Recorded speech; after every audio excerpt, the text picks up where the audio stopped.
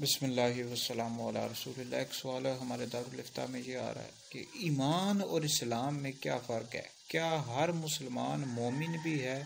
یعنی ہم اپنے آپ کو مسلمان کہتے ہیں، مومن بھی کہہ سکتے ہیں نہیں؟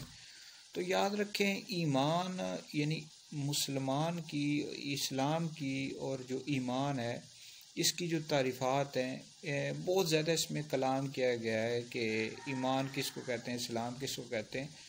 تو اسلام کہتے ہیں یا مسلمان، یہ ظاہری جو اعمال ہوتے ہیں ان کا نام ہوتا ہے، جیسے نماز، روزہ، حج، زکوٰۃ۔ اور ایمان کا تعلق باطن سے ہے، مطلب دل سے ہے، کہ بندہ زبان کے ساتھ جس چیز کا اقرار کرتا ہے وہ دل سے بھی ان چیزوں کی تصدیق کرے، ان کو مانے، تو ایمان اس چیز کا نام ہے۔ اسلام ظاہری اعمال کا نام ہے اور ایمان کا تعلق باطن سے ہے، دل سے ہے۔